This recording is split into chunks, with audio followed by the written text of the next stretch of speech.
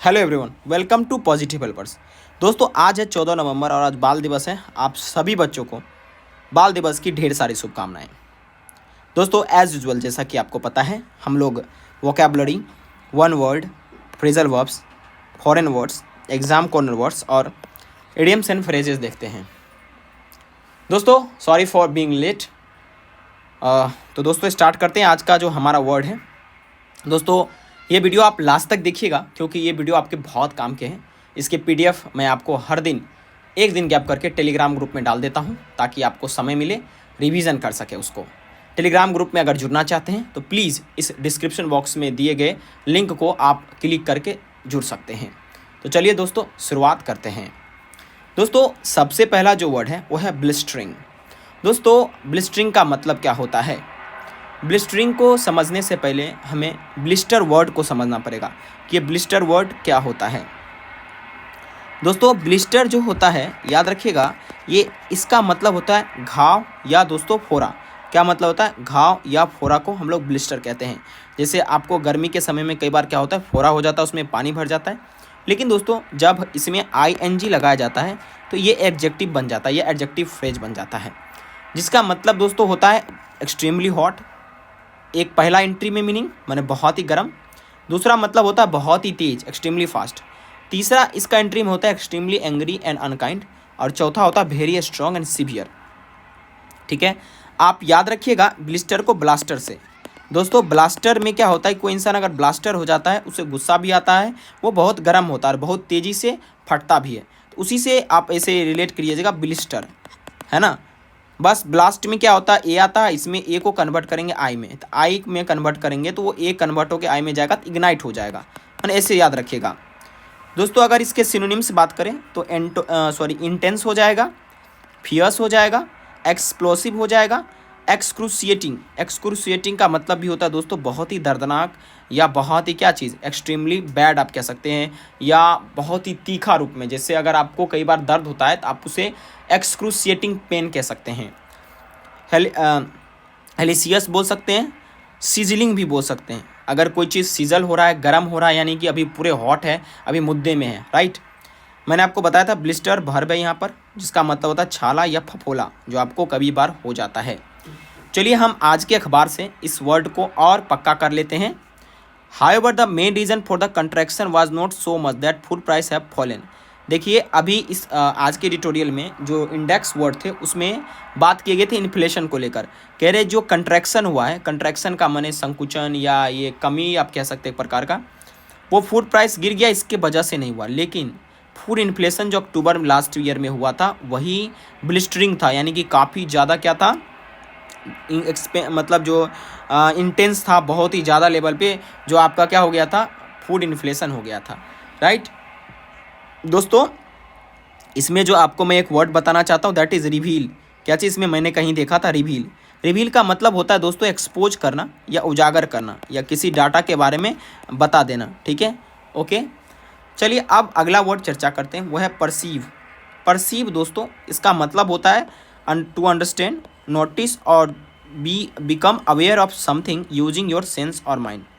दोस्तों, आप अगर कोई चीज़ को अपना ब्रेन और क्या कहते हैं सेंस का इस्तेमाल करके उसे जज करते हैं या उसे समझते हैं, उसी को परसीव कहते हैं। Perceive can be used as a noun and verb.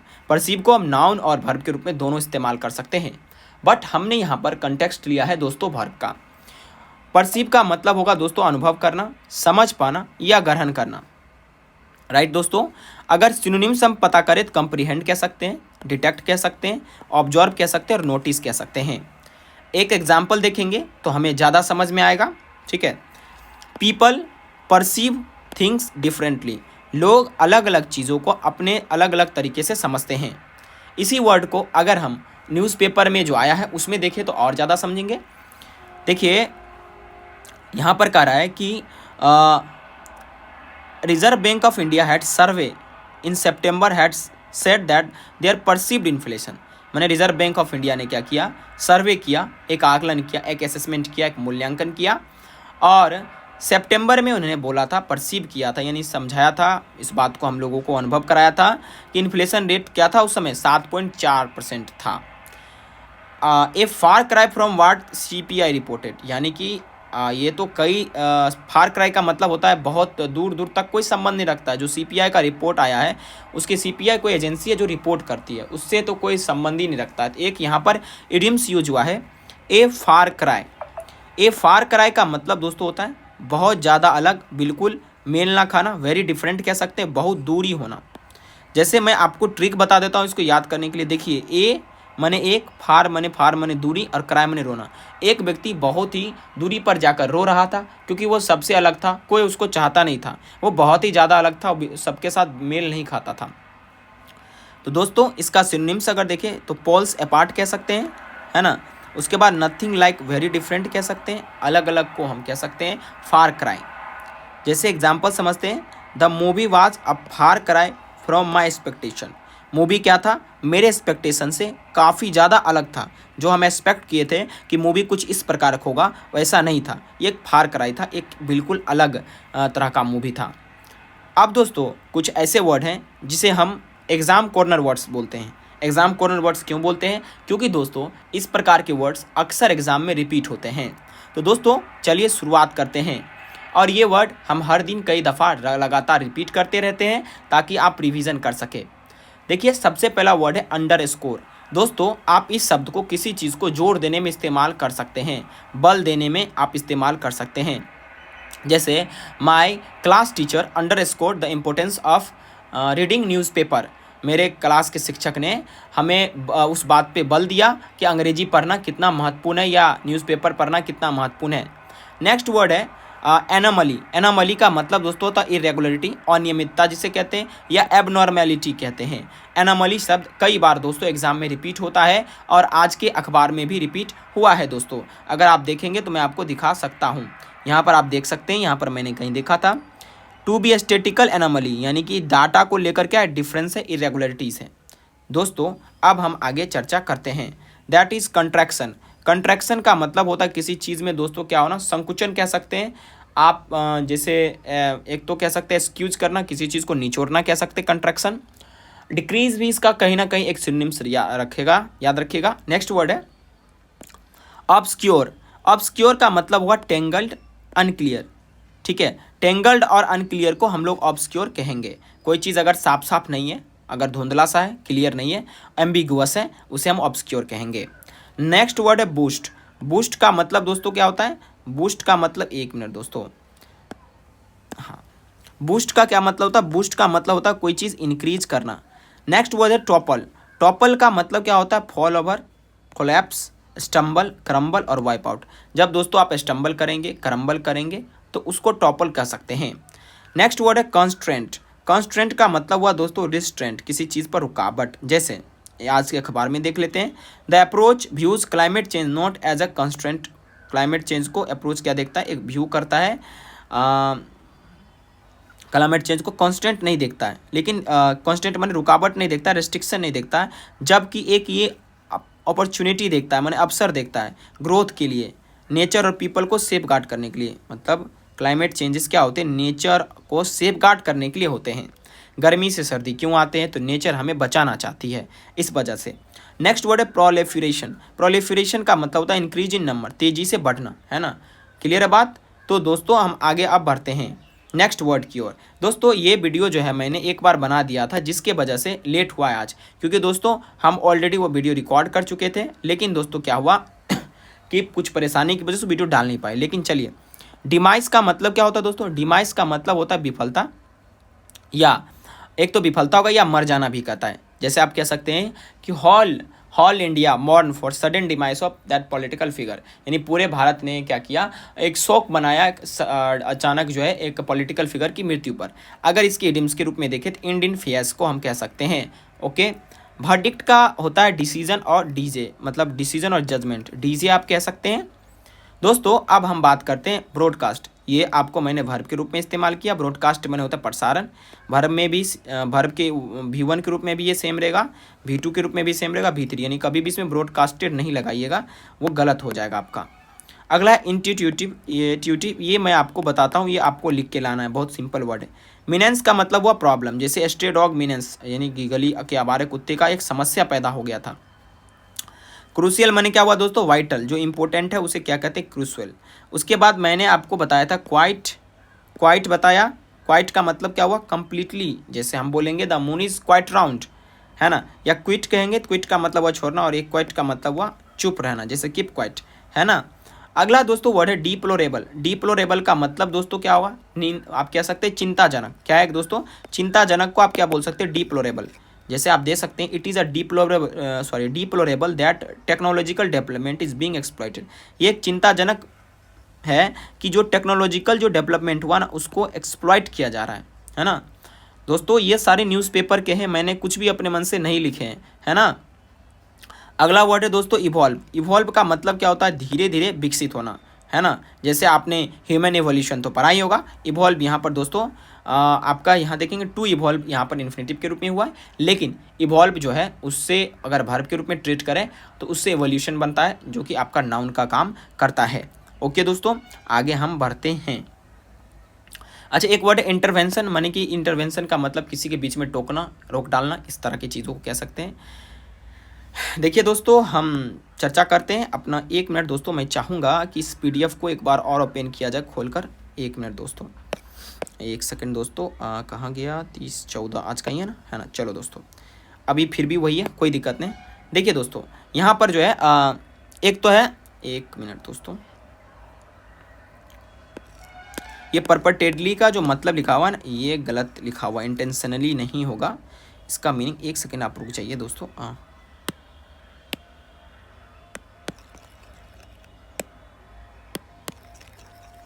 दोस्तों जो मैंने ये इसका वीडियो पहले बन चुका था, जिसके वजह से दोस्तों क्या हुआ था कि मतलब ये सारा मैंने लिखा था, ठीक है। ओके, चलिए दोस्तों समझते हैं इसको आगे, ठीक है। 1 सेकंड दोस्तों, देखिए अब यहाँ पर काफ़ी सारे वर्ड आए हैं, ठीक है। जैसे कि एक वर्ड है परपटेडली, इसका मतलब क्या होता है, छोटा कर देता हूँ, एक सेकंड, PURPORTDELY, ठीक है। देखिए इसका मतलब हुआ जाहिर तौर पे या कथित तौर पे कहिए, ठीक है, कथित तौर पे, अपेरेंटली कह सकते हैं। तौर कैसे लिखा जाता है, तो का रो, तौर, हिंदी थोड़ा मेरा कमजोर है, कथित तौर पर, है ना। A video purportedly showing a group of, कथित तौर पे दिखा रहा है कि वो नमाज ऑफर कर रहे हैं इंटरनेशनल एयरपोर्ट बेंगलुरु, जो है कि इग्नाइट किया है। इग्नाइट का मतलब क्या होता है, स्पार्क किया है, लोगों के बीच में गुस्सा जाहिर किया है, पॉलिटिकल कंट्रोवर्सी को जन्म दिया। इग्नाइट का मतलब होता है जन्म देना भी कह सकते हैं, या किसी चीज़ को स्पार्क करना भी कह सकते हैं, उस चीज़ को बढ़ाना चढ़ाना भी कह सकते हैं, है ना। ये बातें क्लियर हुआ दोस्तों। अब आगे यहाँ पर कुछ और वर्ड है, जैसे कि पैरल्स है। पैरल्स का मतलब क्या होता है, एक तरह का आपदा, एक तरह का आप कह सकते हैं संकट, कठिनाई, या आप कहिए कि डेंजर, आप डेंजर कह दीजिए इसका सिनोनिम्स, ठीक है। कि यहाँ पर बात किया जा रहा था कि ट्रांसलेट जो वर्ड को किया जाता है ना, वो मतलब बड़े बुरी तरीके से कर दिया जाता है, उसका मीनिंग ही चेंज हो जाता है। जैसे देखिए रेफरेंस का मतलब होता है रिस्पेक्ट, जैसे आपका किसी के प्रति रेफरेंस है तो यानी उसके प्रति रिस्पेक्ट है, यानी लोग जो है ना ट्रांसलेशन करते वक्त ना लैंग्वेज का रिस्पेक्ट खो देते हैं। लिंग्विस्टिक नुआंस है दोस्तों, नुआंस वर्ड आपको याद रहेगा। नुआंस का मतलब क्या होता है, लिंग्विस्टिक नुआंस, ठीक है। नुआंस का मतलब होता है चेंज, वेरिएशन कह सकते हैं आप। जो ये भाषा में जो नुआंस होता है, ये न्यूसेंस नहीं है, नुआंस है, इसका मतलब होता है दोस्तों वेरिएशन, भाषा में वेरिएशन, बदलाव, है ना। ये क्या प्रूव हुआ है, डिजास्ट्रस प्रूव हुआ है। जो ट्रांसलेशन में जो वेरिएशन किया जाता है ये काफ़ी क्या हुआ, आपदाजनक है, डिजास्ट्रस है, ठीक है। दोस्तों नेक्स्ट वर्ड समझते, पार्स का मतलब होता है किसी चीज़ को एनालाइज करना, ठीक है।